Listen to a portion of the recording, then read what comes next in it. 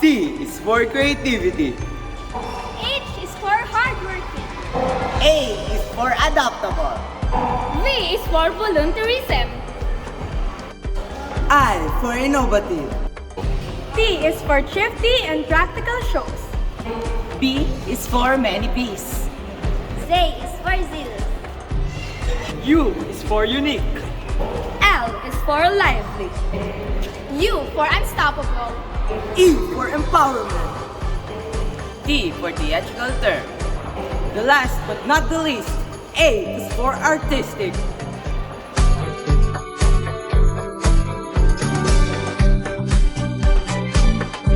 Ang naipamana po sa akin ni teacher lang ay ang pagiging confident at pagkakaroon ng tiwala sa sarili upang maipakita ang aking talento sa pagsayaw. Sa pamamagitan ng palihan ay nakilala ako at nagkaroon ng artificial feet sa tulong ni Teacher Lang Ochapit Solweta. Sa tingin ko, ang naipamana niya sa akin ay lakas ng loob. Lakas ng loob pagdating sa pagdiskubre ng mga bagong bagay. At bilang isang president ng Central Student Council noong nakaraang taon ay nagamit ko ang kanyang itinuro sa akin upang maging isang epektibong tagapagsalita sa harap ng aking mga kapwa mag-aaral.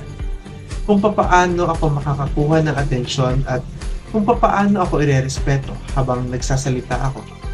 Napakalaking bagay nito para sa akin dahil isa ito sa aking pamamaraan kung papaano maging isang epektibong leader. Naipamana sa akin ni Direk na ang isang alagad ng sining at kultura ay dapat marunong mag-adapt sa changes anytime for the betterment of the art.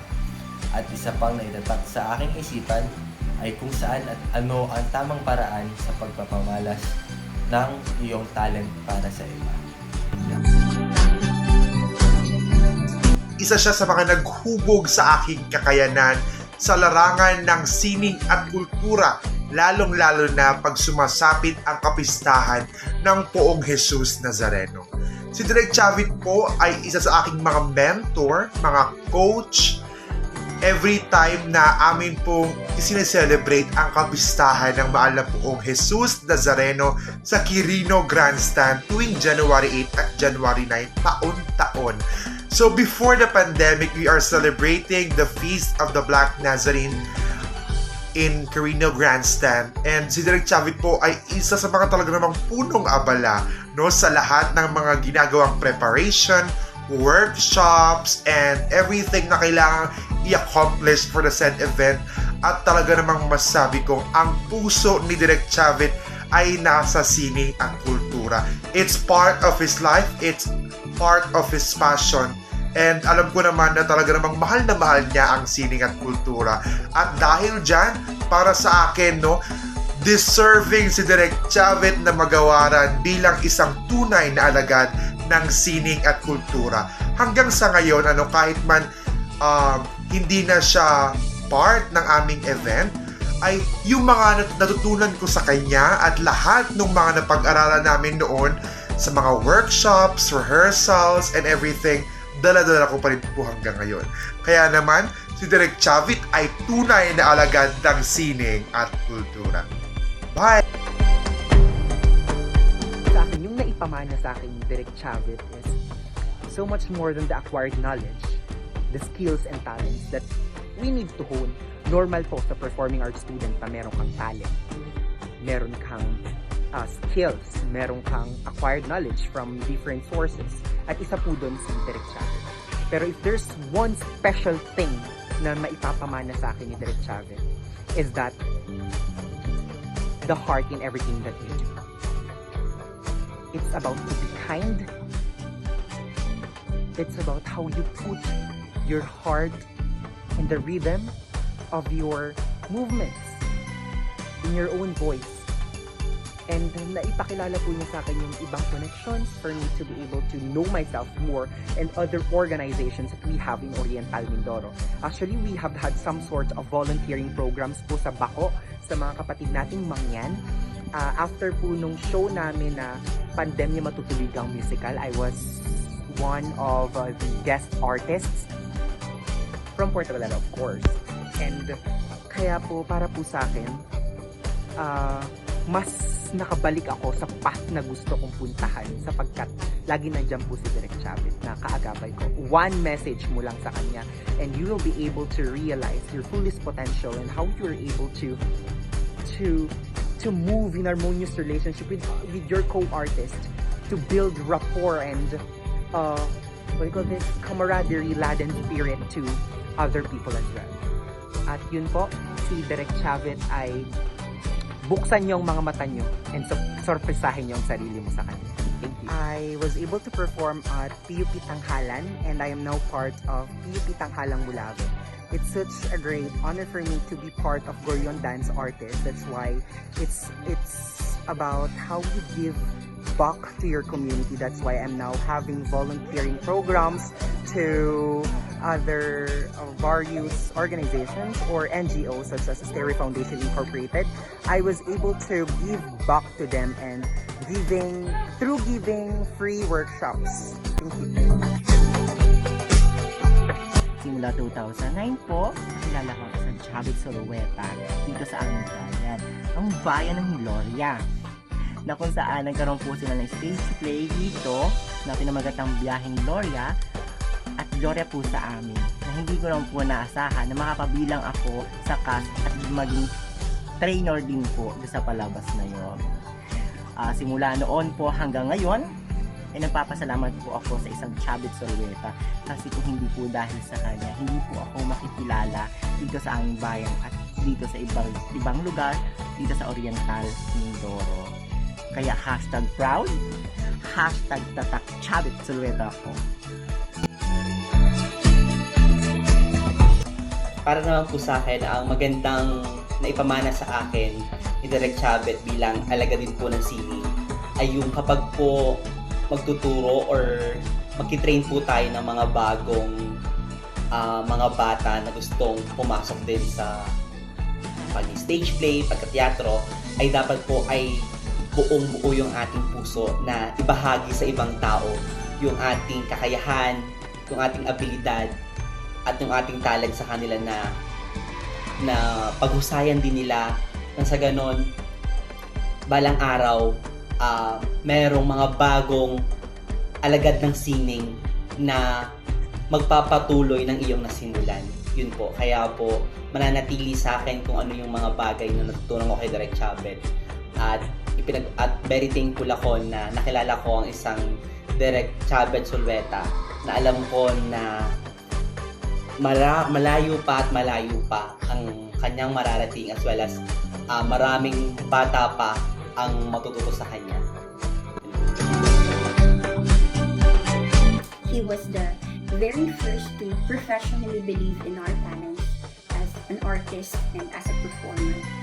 Sa pamamagitan po ng pagsali namin sa Batang Palihan noong 1999, ipinaranas niya po sa amin kung paano maging isang artist. At hindi lamang po sa bayan ng Bako, kundi sa iba't ibang sulok ng Oriental Mindoro, ay siya po yung nagbukas sa mundo ng makasining at makasaysayang pagtatanghal. At sa bawat material na gagawin niya at ipapalabas niya, sinisigurado niya na mapupukaw yung ating mga alaala sa nakaraan na kapupulutan din natin ang mga aral para sa kasalukuyan. At dahil po sa pagsali namin sa Batang Palihan, naranasan din namin kung gaano kaganda at kagaling ang mundo ng entablado. At dahil doon, gusto namin yung susunod naman na henerasyon ang makaranas nito. Kaya naman, nais namin ibahagi yung aming mga natutunan. Chavez Solueta is a living work of art who always have mentors culture life. Ibinahagi rin sa akin ni Chavez kung paano po ako naging isang tao sa pag-deliver ng mga lines, pag-connect sa audience, at maging sa mga technical na aspeto, yung paggawa ng mga props, pag-control ng mga ilaw, at paggamit ng mga mahusay ng tulog para sa isang magandang production. Siguro yun yung mga ipamahal para sa mga. Ako bilang baguhan pa lang bilang photographer, ay talaga namang namomotivate niya na para makakreate ako ng isang magagandang kuha na nagbibigay daan sa akin para mas mag-discover ko pa yung uniqueness ng mga output. Kaya talagang malaki ang pasasalamat ko sa isang Chavit Zulueta para mas makilala ko pa yung sarili ko sa ganitong klaseng trabaho. At ang naipamana sa akin ni Direk Chavit V. Zulueta ay ang pagiging resourceful and relevant, lalo tigit sa pageant industry. Pambarangay, pambayan, pangpalakasan, pang-provincial, o pang-regional na pageant man yan. Basta Direk Chavit V. Zulueta ang nag-direct. Hindi ito pangkaraniwang pageant. Meron siyang tinatawag na cultural-based pageant na kung saan ang lahat ng ginagawa niyang pageant ay nakabase sa culture and tradition ng kung sino man na nagpapagawa ng pageant sa kanya. Kaya lahat ng pageant niya ay hindi magkakatulad. He can pull off a pageant with flair in a practical way without affecting its aesthetic values. At naniniwala siya na ang pageant it will not only entertain people, but it will make appreciate the people about the culture of the locality of the pageant. Hindi mamatay ang sining at kultura ng mga Mindoreño. Lahat ng knowledge ko about acting, events, o kung anumang show na naman ako sa kanya ay nadala ko sa aking paaralan sa Lyceum of the Philippines, University, Manila. Dito ko na-realize na kahit saan ko dalhin ang knowledge na naman ako sa Inay Chavit ay talagang kinatutuwaan at pinapalakpakan ng mga taong humahanga sa gawang Inay Chavit Zulueta. Everything happens for a reason and there's perfect timing for everything. At ngayon po, isa na po ako sa tagapagtaguyod ng sining at kultura at malaking bagay po yung lahat ng natutunan ko kay Direk Chavit.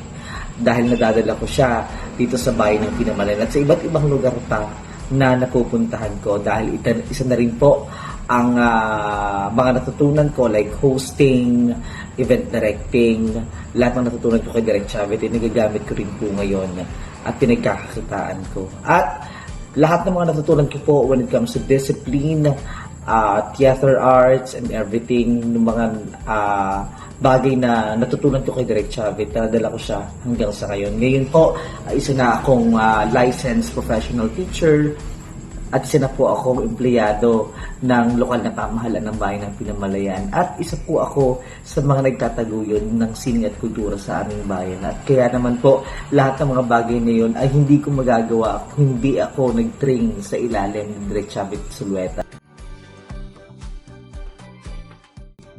Way back 1995, I was in high school then. Chavit spotted my potential and cultivated it through acting workshops. And he chose me to act as Mary in the Panuluyan. Kahit pakiramdam ko hindi ako magaling during that time, napalabas niya yung galing ko. And now that I'm in the teaching profession, gamit na gamit ko yung pinamana niya sa aking kaalaman sa performing arts. I've been directing Panuluyan for 15 years and I also put up Performers Guild in our school. I owe this to Chavit. Yung ipinamana niya sa aking kaalaman sa performing arts ay binabahagi ko at ibabahagi pa sa mga kabataan na esteem matuto.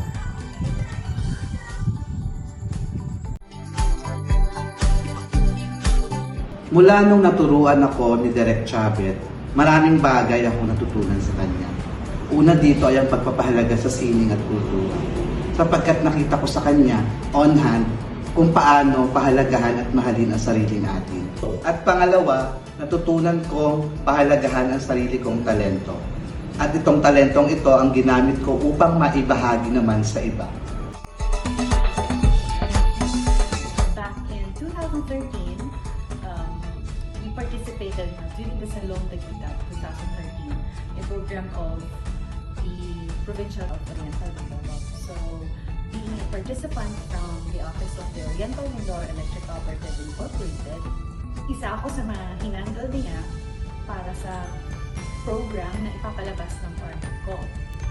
So bilang handler, I can say that Sir Chavit or Kuya Chavit is very creative in his work. He's very hands-on in all the details na ipapalabas niya. Gusto niya from top to bottom, alam niya lahat.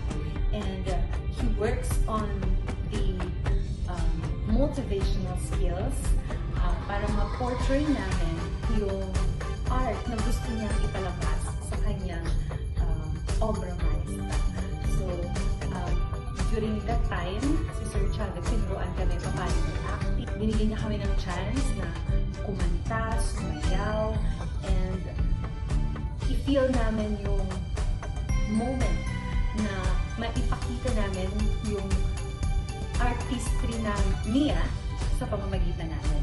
So, hinulman niya kami and binigyan niya kami ng mga tips kung paano ma-reflect or maipadama sa mga manonood yung kung ano yung gusto namin mensahe na maipalabas bilang mga manggagawang digital. Sabit sabit. Magaling yan. Talagang inuusisa niya bawat isa na mailabas ang kanyang naitatago sa baul na talento. Kaya bilib na bilib ako doon dahil na talagang yung ilaliman ng iyong talento ay ilalabas mo.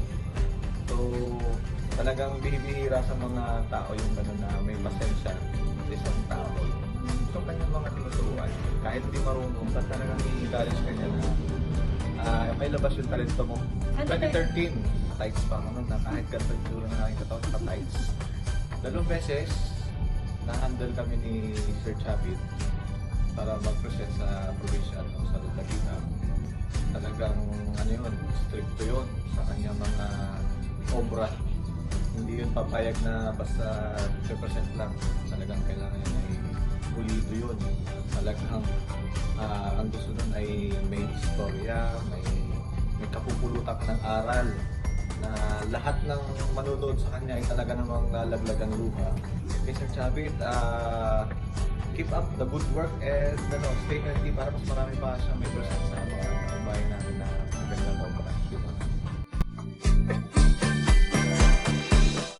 Tunay ngang naging buhay at nakapagbibigay buhay ang kultura ng sining ng pagtatanghal sa aming bayan ng Bacok dahil sa hindi maitatangking pag-ibig ni Direk Chavit Manuelo Zulueta, Kuya Chavit, Kuya Chavs o Direk Love na siyang naging alagad nito sa mga kabataang tulad ko noon, sa mga bagong henerasyon ng mga artista sa entablado sa kasalukuyan, at nakasisigurado akong sa mga paparating pa sa maraming bahagi ng Silangang Mindoro.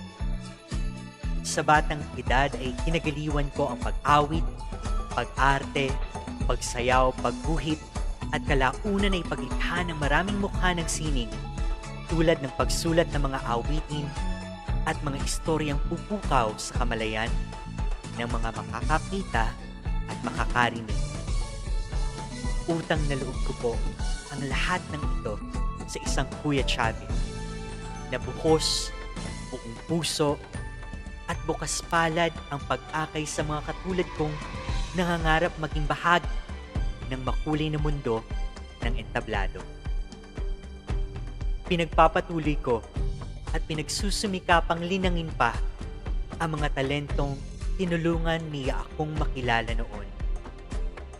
Naging katuwang ko ang aking mga natutunan mula sa kanya sa larangan ng pagtatanghal upang maitawid ko ang ilang masasalimuot na bahagi ng aking buhay. Kamakailan lamang po ay nabatid kong ang kanyang naging guro sa PETA ay siya ko ring naging guro sa aking pagsasanay doon. Kay liit ng mundo, ang buhay natin salamin ng entablado.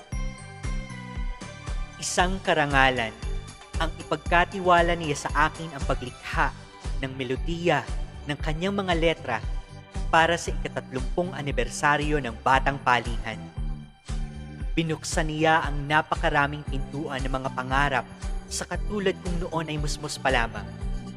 At dala-dala ko ito hanggang sa aking pagtanda. Yes, it's so true. Once a batang palihan, always a batang palihan.